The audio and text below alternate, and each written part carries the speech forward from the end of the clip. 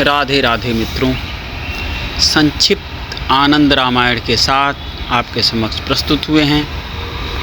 इसमें आपको हम संक्षिप्त आनंद रामायण के मनोहर कांड सर्ग 1 की कथा सुनाने जा रहे हैं।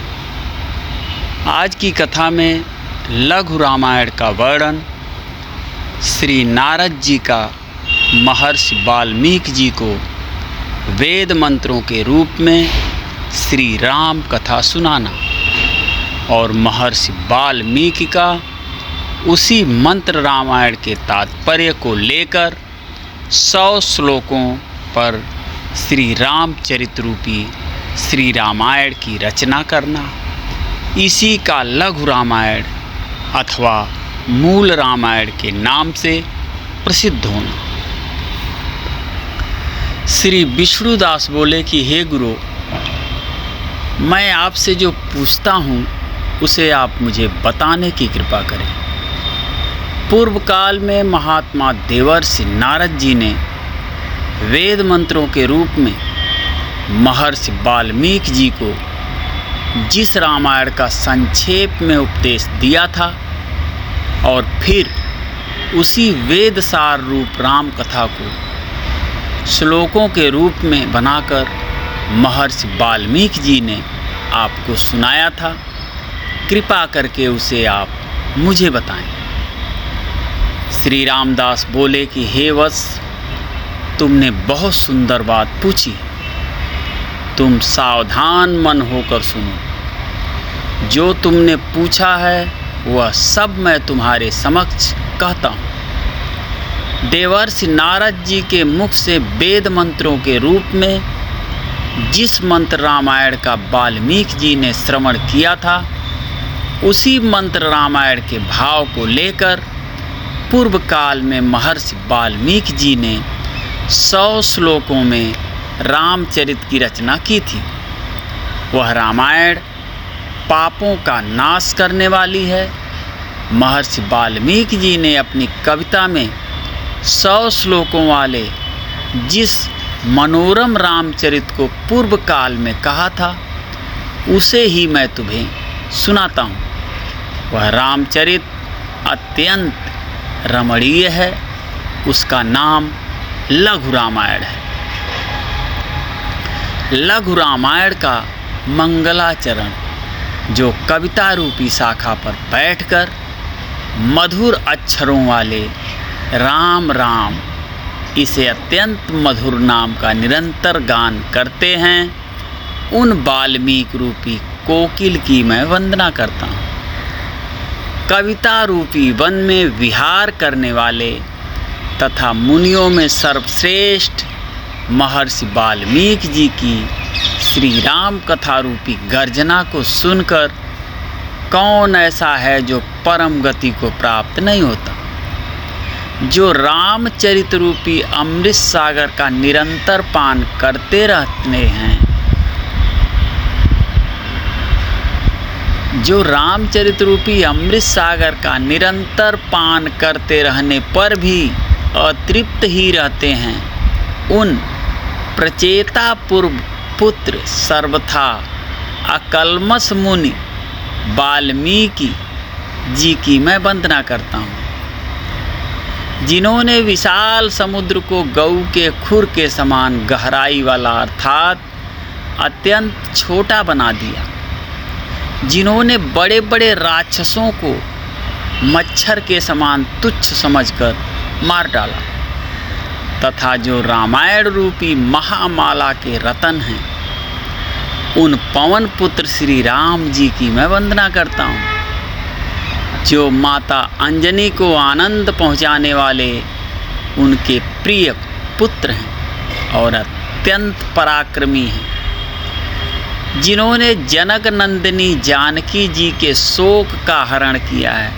और जिन्होंने रावण पुत्र अक्षय कुमार का वध किया है और जो समस्त लंकावासियों को भयभीत करने वाले हैं।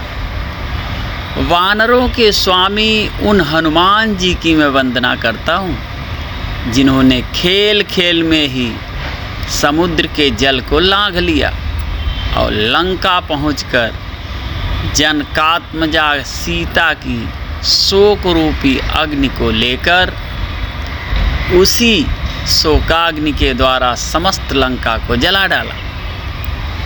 उन अंजना पुत्र श्री हनुमान जी को मैं हाथ जोड़कर प्रणाम करता हूँ, जो मन के समान गति वाले हैं, जिनका वेग वायु के समान अत्यंत तीव्र है, जिन्होंने अपनी समस्त इंद्रियों को जीत लिया है, जो बुद्धिमानों में सर्वश्रेष्ठ हैं, वायु के पुत्र हैं और वानर समुदाय के प्रधान हैं। श्री रामचंद्र जी के दूत उन श्री हनुमान जी का मैं मन से स्मरण करता हूँ। अक्षय कुमार का वध किया है और जो समस्त लंकावासियों को, जो रामभद्र, रामचंद्र, विधाता रूप रघुवंश के नाम और श्री सीता जी के पति हैं, उन्हें नमस्कार है। जो अजन्मा हैं, समस्त विश्व जिनका आत्मस्वरूप है, सभी लोगों को जिन्होंने धारण कर रखा है, उन भगवान श्री हरि के निर्गुण होने पर भी सगुण साकार रूप धारण कर संपूर्ण संसार को अपने वश में कर रखा है। तपस्वी वाल्मीकि जी ने तपस्या और स्वाध्याय में लगे हुए विद्वानों में श्रेष्ठ मुनिवर नारद जी से पूछा कि मुने, इस समय इस संसार में गुणवान, वीर्यवान, धर्मज्ञ, उपकार मानने वाला, सत्यवक्ता और दृढ़ प्रतिज्ञ कौन है?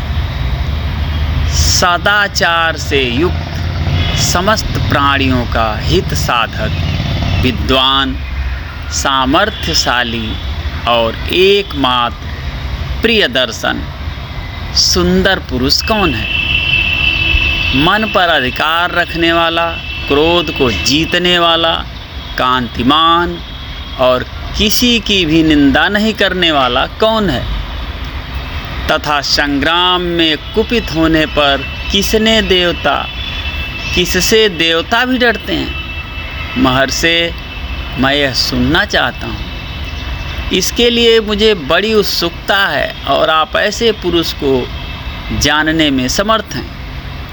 महर्षि वाल्मीकि के इस वचन को सुनकर तीनों लोगों का ज्ञान रखने वाले नारद जी उन्हें संबोधित करके प्रसन्नतापूर्वक बोले कि मुने, आपने जिन बहुत से दुर्लभ गुणों का वर्णन किया है, उनसे युक्त पुरुष को मैं विचार करके कहता हूँ, आप सुने।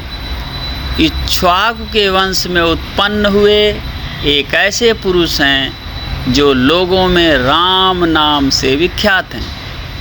वे ही मन को वश में रखने वाले हैं। महाबलवान, कांतिमान, धैर्यवान और जितेंद्रिय हैं। वे बुद्धिमान, नीतिज्ञ, वक्ता, शोभायमान तथा शत्रु संहारक हैं। उनके कंधे मोटे और भुजाएं बड़ी बड़ी हैं।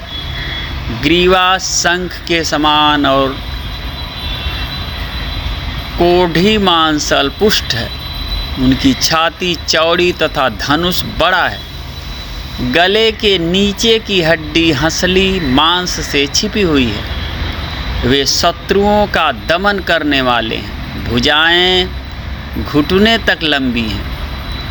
मस्तक सुंदर है, ललाट भव्य और चाल मनोहर है। उनका शरीर अधिक ऊंचा या नाटा न होकर मध्यम और सुडौल है। देह का रंग चिकना है। वे बड़े प्रतापी हैं। उनका वक्षस्थल भरा हुआ है।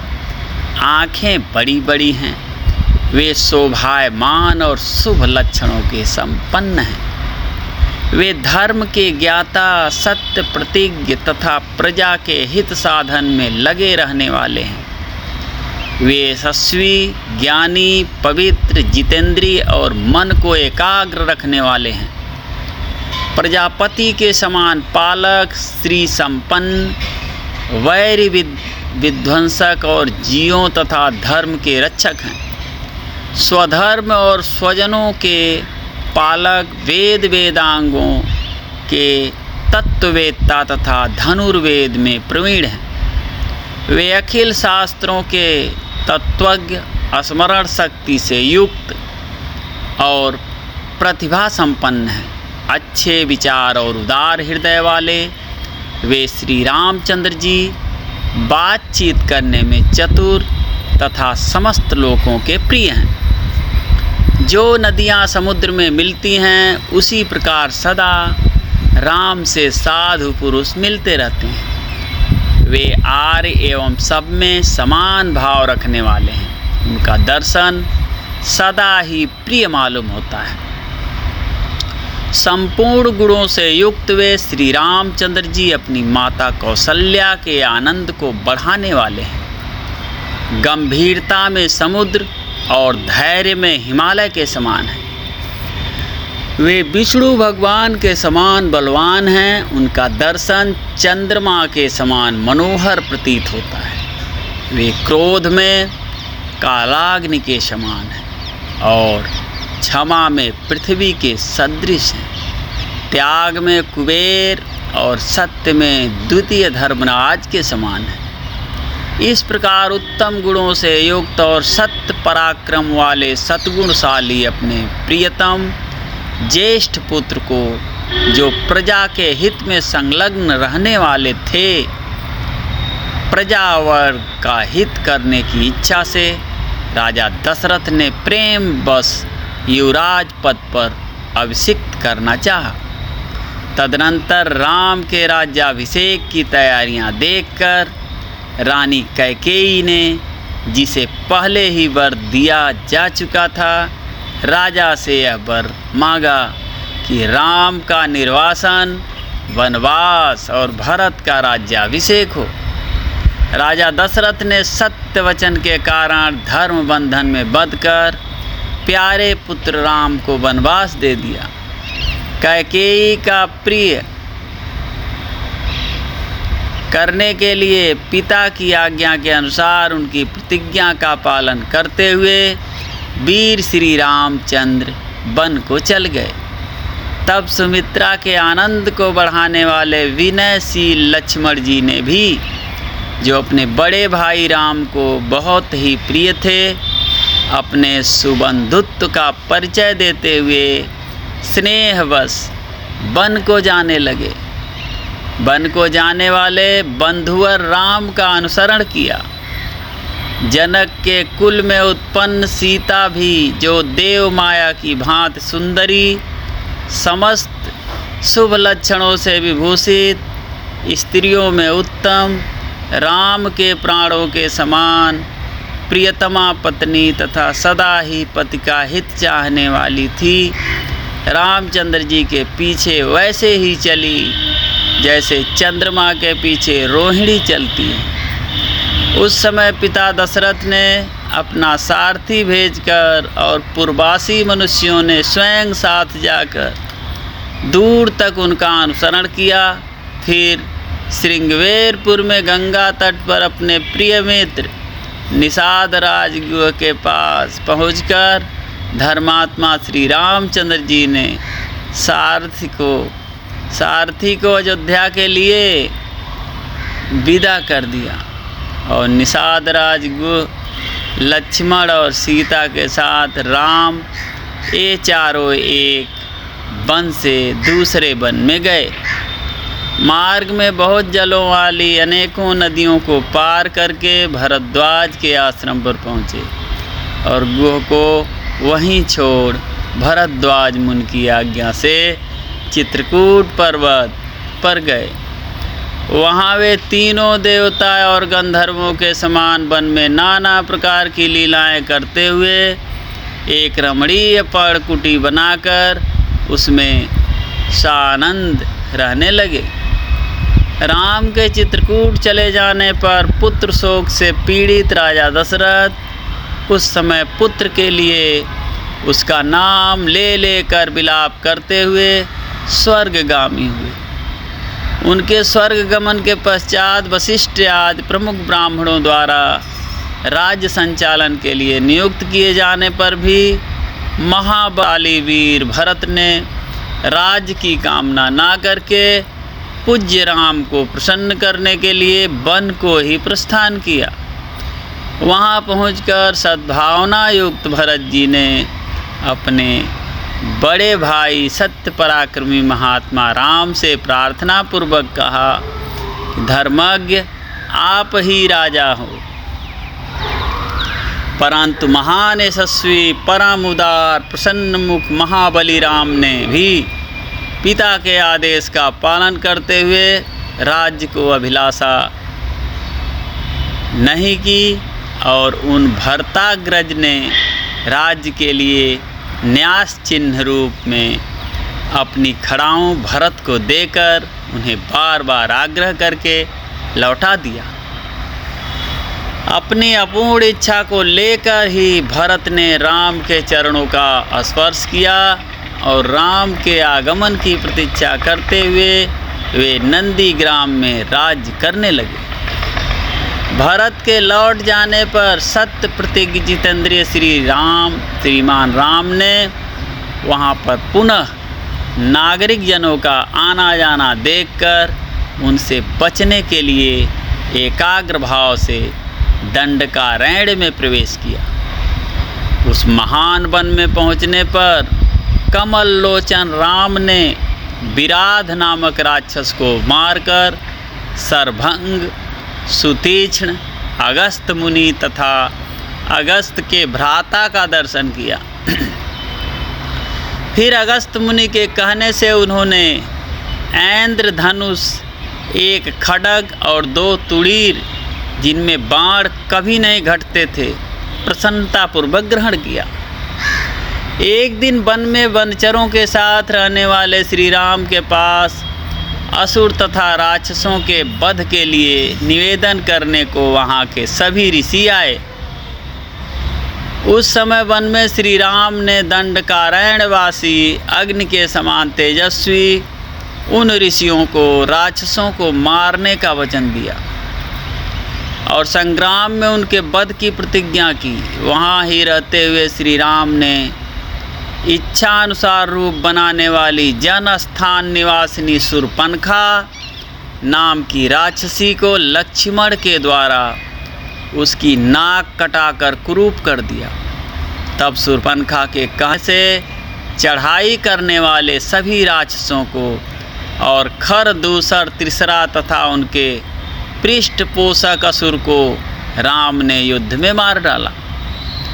उस वन में निवास करते हुए उन्होंने जनस्थानवासी 14,000 राक्षसों का वध किया। तदनंतर अपने कुटुंब का वध सुनकर रावण नाम का राक्षस क्रोध से मूर्छित हो उठा और उसने मारीच राक्षस से सहायता मांगी। यद्यपि मारीच ने यह कहकर कि रावण, उस बलवान राम के साथ तुम्हारा विरोध ठीक नहीं है, रावण को अनेकों बार मना किया, परंतु काल की प्रेरणा से रावण ने मारीच के वाक्यों को टाल दिया और उनके साथ ही राम के आश्रम पर गया। मायावी मारीच के द्वारा उसने दोनों राजकुमारों को आश्रम से दूर हटा दिया और स्वयं राम की पत्नी सीता का अपहरण कर लिया। जाते समय मार्ग में विघ्न डालने के कारण उसने जटायु नामक गिद्ध को घायल किया। मित्रों, धार्मिक एवं पौराणिक कथाओं को सुनने के लिए हमारे चैनल भज राधे को सब्सक्राइब करें और भगवत प्रेमियों को आमंत्रित करें। तत्पश्चात जटायु को आहत देखकर और उसी के मुख से सीता का हरण सुनकर रामचंद्र जी शोक से पीड़ित होकर विलाप करने लगे। उस समय उनकी सभी इंद्रियां व्याकुल हो उठी थीं। फिर उसी शोक में पड़े हुए उन्होंने जटायु गिद्ध का मरणोपरांत अग्नि संस्कार किया और वन में सीता को ढूंढते हुए कबंध नामक राक्षस को देखा। जो शरीर से विकृत तथा भयंकर दिखने वाला था। महाबाहु राम ने उसे मारकर उसका भी दाह किया, अतः वह स्वर्ग को चला गया। जाते समय उसने राम को धर्मचारिणी सबरी का पता बतलाया और कहा कि रघुनंदन, आप धर्मपरायण सन्यासिनी सबरी के आश्रम पर जाइए। शत्रुहंता महान तेजस्वी दशरथ कुमार राम सबरी के यहाँ गए। उसने इनका भली भांति पूजन किया। फिर वे पंपासर के तट पर हनुमान नामक बानर से मिले और उन्हीं के कहने से सुग्रीव से भी मेल किया।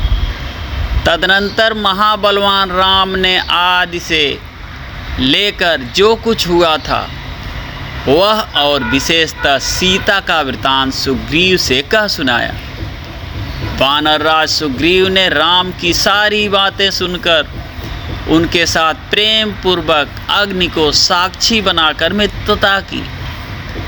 उसके बाद वानरराज सुग्रीव ने स्नेहवश बाली के साथ बैर होने की सारी बातें राम से दुखी होकर बतलाई।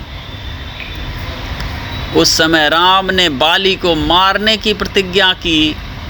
तब सुग्रीव ने बाली के बल का वर्णन किया, क्योंकि सुग्रीव को राम के बल के विषय में बराबर शंका बनी रहती थी। राम की प्रतीति के लिए उन्होंने दुंदुभी दैत्य का महान पर्वत के समान विशाल शरीर दिखलाया। महाबली महाबाहु श्री राम ने तनिक मुस्कुराकर उस अस्थि समूह को देखा और पैर के अंगूठे से उसे 10 योजन दूर फेंक दिया। फिर एक ही महान बाण से उन्होंने अपना विश्वास दिलाते हुए 7 ताल वृक्षों को और पर्वत तथा रसातल को बींध डाला। राम के इस कार्य से महाकवि सुग्रीव मन ही मन प्रसन्न हुए और उन्हें राम पर विश्वास हो गया। फिर वे उनके साथ किष्किंधा गुफा में गए। वहाँ पर सुवर्ण के समान पिंगल वर्ण वाले वीरवर सुग्रीव ने गर्जना की। उस महानाद को सुनकर वानरराज बाली अपनी पत्नी तारा को आश्वासन देकर तत्काल घर से बाहर निकला और सुग्रीव से भिड़ गया। वहाँ राम ने बाली को एक ही बाण से मार गिराया। उस संग्राम में बाली को मारकर उसके राज पर राम ने सुग्रीव को ही बिठा दिया। तदनंतर उन बानर राज ने भी सभी बानरों को बुलाकर जानकी का पता लगाने के लिए उन्हें चारों दिशाओं में भेजा। तत्पश्चात संपाति नामक गिद्ध के कहने से बलवान हनुमान जी 100 योजन विस्तार वाले क्षार समुद्र को कूदकर लांघ गए। वहाँ रावण पालित लंकापुरी में पहुंचकर उन्होंने अशोक वाटिका में सीता को चिंतामग्न देखा। तब उन विदेह नंदिनी को अपनी पहचान देकर राम का संदेश सुनाया और उन्हें सांत्वना देकर उन्होंने वाटिका का द्वार तोड़ डाला। फिर 5 सेनापतियों और 7 मंत्री कुमारों सहित वीर अक्षय कुमार का भी वध कर दिया। इसके बाद वे जानबूझकर पकड़े गए। ब्रह्मा जी के वरदान से अपने को ब्रह्मपाश से छूटा हुआ जानकर भी वीर हनुमान जी ने अपने को बांधने वाले उन राक्षसों का अपराध स्वेच्छानुसार सह लिया। तत्पश्चात मिथिलेश कुमारी सीता के स्थान के अतिरिक्त समस्त लंका को जलाकर वे महाकपि हनुमान जी राम को प्रिय संदेश सुनाने के लिए लंका से लौट आए। अपरिमित बुद्धिशाली हनुमान जी ने वहां जाकर महात्मा राम की प्रदक्षिणा करके यूँ सत्य निवेदन किया कि मैंने सीता जी का दर्शन किया है। इसके अनंतर सुग्रीव के साथ भगवान राम ने महासागर के तट पर जाकर सूर्य के समान तेजस्वी बाणों से समुद्र को क्षुब्ध किया। तब नदीपति समुद्र ने अपने को प्रकट कर दिया। फिर समुद्र के ही कहने से राम ने नल से पुल का निर्माण कराया। उसी पुल से लंकापुरी में जाकर उन्होंने रावण को मारा। फिर श्री राम के वचन सुनकर छाया सीता अग्नि में प्रवेश कर गई। इसके बाद अग्नि के कहने से उन्होंने पूर्व काल में अग्नि से संरक्षित वास्तविक सीता को पुनः ग्रहण किया। महात्मा रामचंद्र जी के इस महान कर्म से देवता और ऋषियों सहित चराचर त्रिभुवन संतुष्ट हो गया। फिर सभी देवताओं से पूजित होकर राम बहुत ही प्रसन्न हुए और राक्षस राज विभीषण को लंका के राज्य पर अभिषिक्त करके कृतार्थ हो गए। उस समय निश्चिंत होने के कारण उनके आनंद का ठिकाना न रहा। यह सब हो जाने के पश्चात राम देवताओं से वर पाकर और मरे हुए वानरों को जीवन दिलाकर अपने सभी साथियों के साथ पुष्पक विमान पर चढ़कर अयोध्या के लिए प्रस्थित हुए। भरद्वाज मुनि के आश्रम पर पहुंचकर सबको आराम देने वाले सत्य पराक्रमी राम ने भरत के पास हनुमान जी को भेजा। फिर सुग्रीव के साथ कथा वार्ता कहते हुए पुष्पकारूढ़ होवे नंदीग्राम को गए। निष्पाप रामचंद्र जी ने सीता को पाने के अनंतर नंदीग्राम में जाकर भाइयों के साथ अपनी जटा कटाई तथा अपना राज्य प्राप्त किया। श्री नारद जी बोले, राम के राज्य में लोग प्रसन्न, सुखी, संतुष्ट, पुष्ट, धार्मिक तथा रोग व्याधि से मुक्त रहेंगे। उन्हें दुर्भिक्ष का भय न होगा। कोई कहीं भी अपने पुत्र की मृत्यु नहीं देखेंगे। स्त्रियां विधवा नहीं होंगी, सदा ही पतिव्रता होंगी। आग लगने का किंचित भी भय न होगा। कोई प्राणी जल में नहीं डूबेगा। वात और ज्वर का भय थोड़ा भी नहीं रहेगा। क्षुधा तथा चोरी का डर भी जाता रहेगा। सभी नगर और राष्ट्र धन धान्य से संपन्न होंगे। सत्ययुग की भांति सभी लोग सदा प्रसन्न रहेंगे। महायशस्वी राम बहुत से सुवर्ण की दक्षिणा वाले 100 अश्वमेध यज्ञ करेंगे। उनमें विधि पूर्वक विद्वानों को बहुत सी गौ और अमिर्मित धन देकर तथा अनेक राजवंशों की स्थापना करेंगे। संसार में चारों वर्णों को वे अपने अपने धर्म से नियुक्त रखेंगे। फिर 11,000 वर्षों तक राज करने के अनंतर श्री रामचंद्र जी अपने परम धाम को पधारेंगे।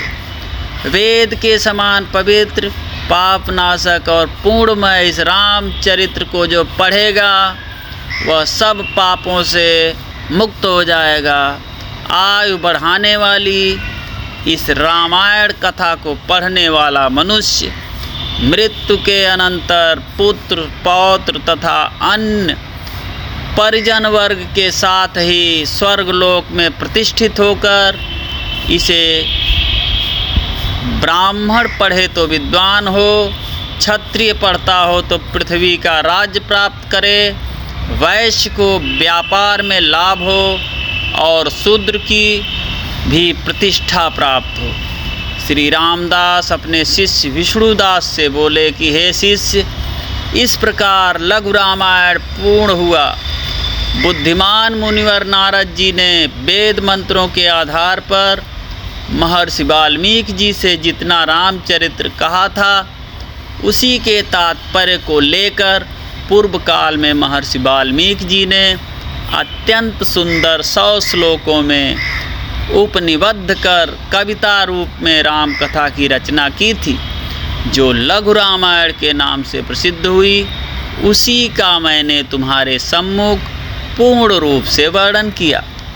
इसका श्रवण करने से पूर्ण की वृद्धि होती है। ब्रह्मा जी के द्वारा प्रदत्त वरदान के प्रभाव से उन्हीं मुनिवर वाल्मीकि जी ने सब कुछ जानकर 100 करोड़ श्लोकों में श्री रामचरित्र का वर्णन किया।